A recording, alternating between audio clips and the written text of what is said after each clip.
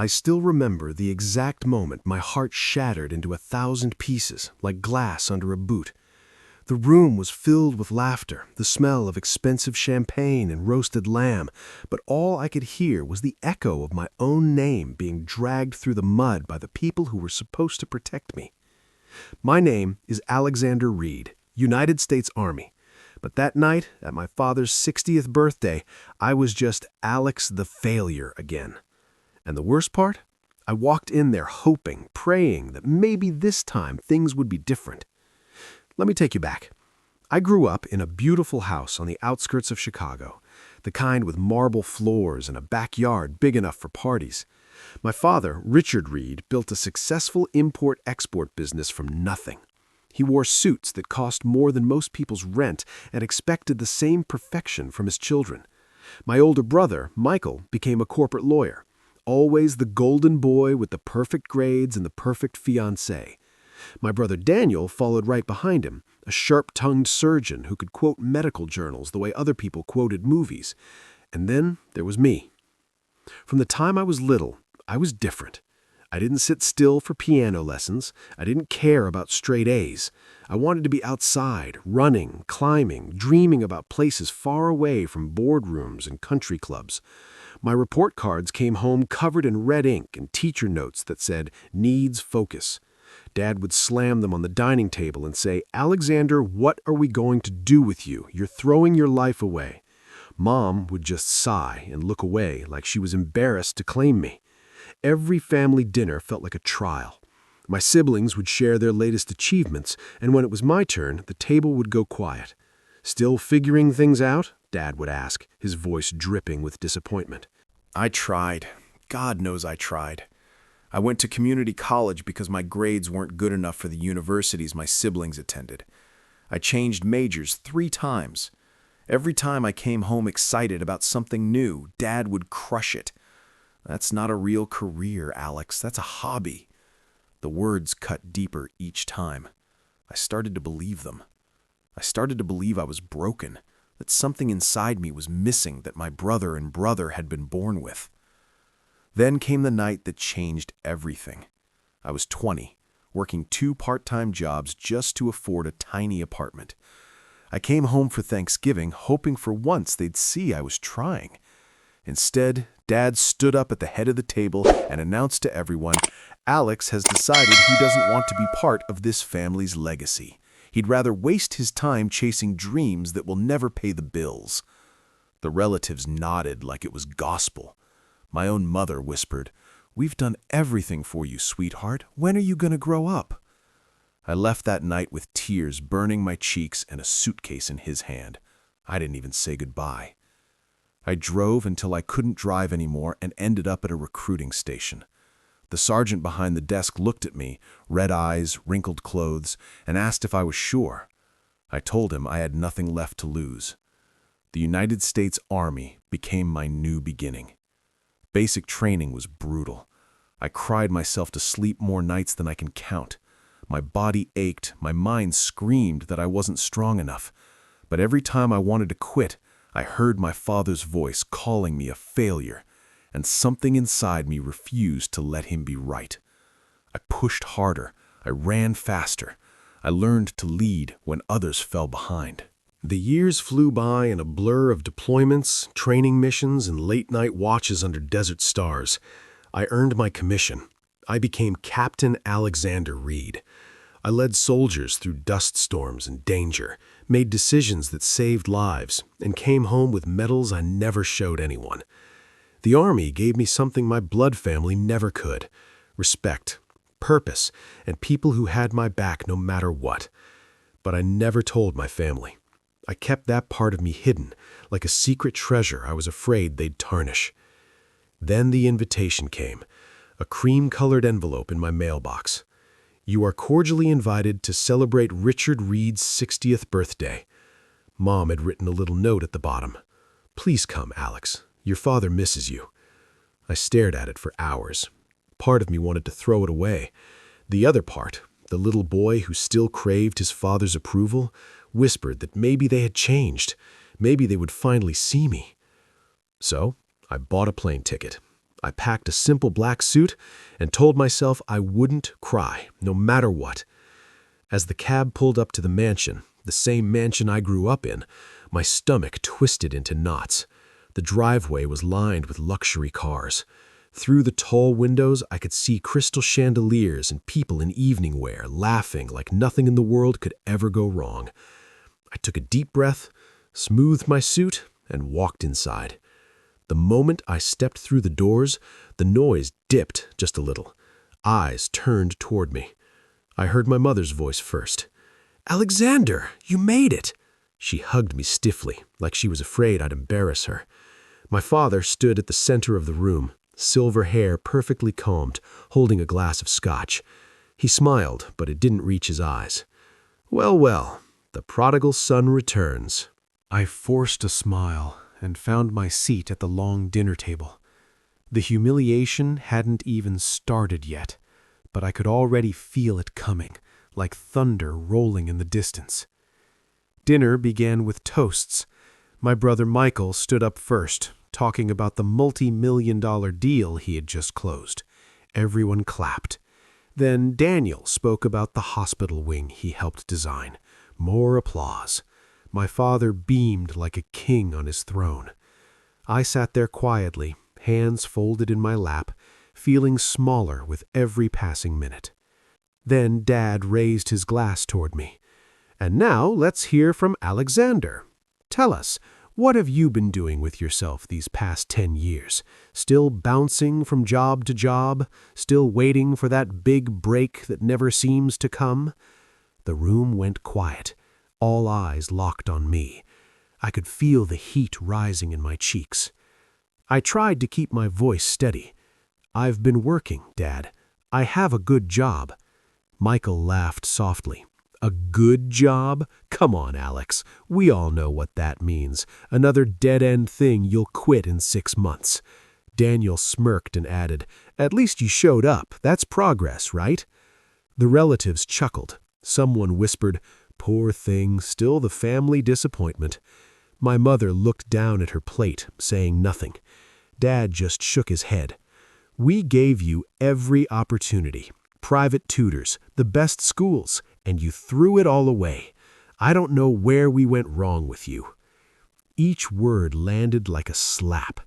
I felt my chest tighten, the old familiar pain flooding back.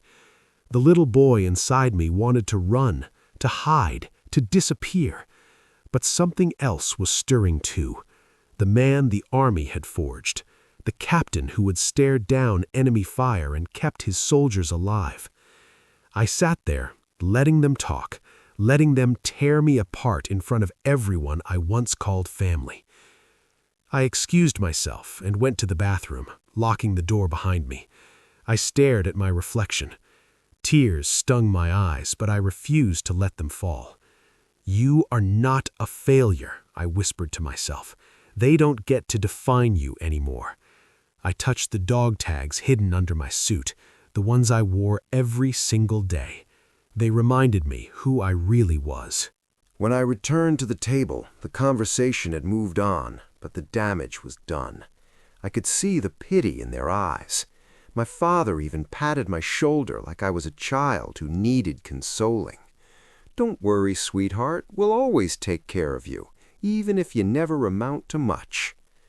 That was the moment the shift happened inside me. The pain didn't disappear, but it transformed into something sharper, something stronger. I realized I had been carrying their judgment like chains around my neck for years. The army had taught me how to break chains. I waited until the cake was brought out and the candles were lit. The room sang "Happy Birthday." When the song ended, Dad blew out the candles and everyone cheered. That's when I stood up. My chair scraped against the marble floor. The sound cut through the chatter like a knife. Every head turned. I looked straight at my father. "Dad, you asked what I've been doing for the last 10 years. I think it's time I told you the truth." My voice didn't shake. It was calm, steady, the same voice I used when giving orders in the field. Because the truth is, I stopped needing your approval a long time ago. I reached behind my neck, unclasped the chain, and pulled my dog tags out for everyone to see. The metal glinted under the chandelier light. Gasps rippled through the room. I didn't waste the last decade bouncing from job to job, I said. I enlisted in the United States Army the night I left this house. I went through basic training when every bone in my body wanted to quit. I earned my rank the hard way.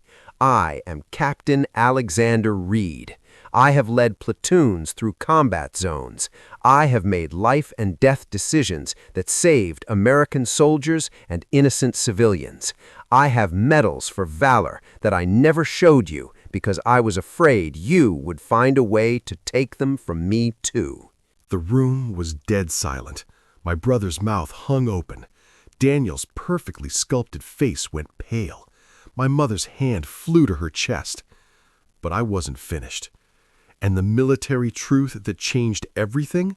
While you were here telling everyone I was a failure, I was learning what real family means. My unit became my brothers and sisters. They never called me worthless. They never compared me to anyone else. They stood beside me when bullets were flying. The Army didn't just give me a career, it gave me back my worth. It taught me that strength isn't handed down by blood, it's earned in the fire. I looked at my father, eyes locked on his. You humiliated me tonight the same way you humiliated me for years, but this time, I'm not the same boy who ran away crying. This time, I'm the one who came back standing tall. The betrayal I felt wasn't new. It had lived inside me for a decade. But speaking it out loud, in front of everyone who had ever pitied me, felt like setting fire to the chains. The pain was still there, raw and aching, but for the first time, it didn't control me. I had shifted from the broken son they tried to bury to the captain they could never break. The silence that followed my words was louder than any applause I had ever heard in my life. My father's face went from shock to something darker, anger mixed with shame. He tried to laugh it off at first. "Alex, this is a joke, right? You, a captain?" But his voice cracked. The relatives who had been whispering about me minutes earlier now stared with wide eyes. Some of them started clapping, slowly at first, then louder, until the whole room was giving me the standing ovation my family never had. Michael stood up, face flushed. "Why didn't you tell us?" he demanded, like it was my fault for keeping the secret. Daniel looked like he had swallowed something sour. "All this time, you let us think—" "I didn't let you think anything. You chose what to believe. You chose to see me as the failure because it made you feel better about yourselves." Dad stepped forward, trying to regain control. "Alexander, if this is true, why hide it? We could have celebrated you. We could have—" "Celebrated me?" I repeated, and the word tasted bitter on my tongue. "You never celebrated me when I was trying my hardest. You only celebrated perfection, and I was never perfect in your eyes." My mother reached for my hand, tears in her eyes. "We're so proud of you, honey. Please, let's put this behind us." I looked at her, and for a second my heart ached for the mother I had always wanted. But I pulled my hand back softly. Pride doesn't erase 10 years of being told I was nothing. The Army changed everything for me. It showed me I could stand on my own, and tonight I finally did. That was the revenge. Not shouting, not screaming, not destroying them the way they had tried to destroy me. My revenge was simple and complete. I let them see the truth. I let them feel the weight of every cruel word they had ever spoken. I let them watch while the room full of people who once pitied me now looked at me with respect. Weeks later, the real consequences came. Dad's business hit a rough patch. A contract he had counted on fell through. He called me late one night. His voice was smaller than I had ever heard it. "Alex, Captain Reed, I need your help. The Army has supply contracts. If you could put in a word." I listened quietly, then answered, "Dad, I earned my place by never asking for handouts. You taught me that the hard way. Now you get to learn what it feels like to stand on your own." I hung up gently. No anger, just peace. I flew back to my base the next morning. My soldiers were waiting. Real family, the kind that never questions your worth. We trained together, laughed together, and when the next deployment call came, I led them with my head high. Looking back now, I understand that the humiliation at my father's birthday wasn't the end of my story. It was the beginning of my freedom. The family that once broke me had no power left. The U.S. Army didn't just give me a uniform and a rank, it gave me the strength to walk away from the people who never deserved me. If there's one thing I want you to take from my story, it's this: never let anyone, especially the people who are supposed to love you, convince you that you are less than you are. The road may be lonely at first, the pain may feel unbearable, but when you keep walking, when you keep believing in the fire inside you, something beautiful happens. You rise. You become the version of yourself they said you could never be. And on the other side of that pain, you find peace. I am Captain Alexander Reed. I am no longer the failure they tried to make me. I am the man the United States Army helped me become, and I am finally, truly free. Thank you for listening to my story. If it touched your heart, remember, your worth was never theirs to decide. It was always yours. Subscribe now and join me on this journey.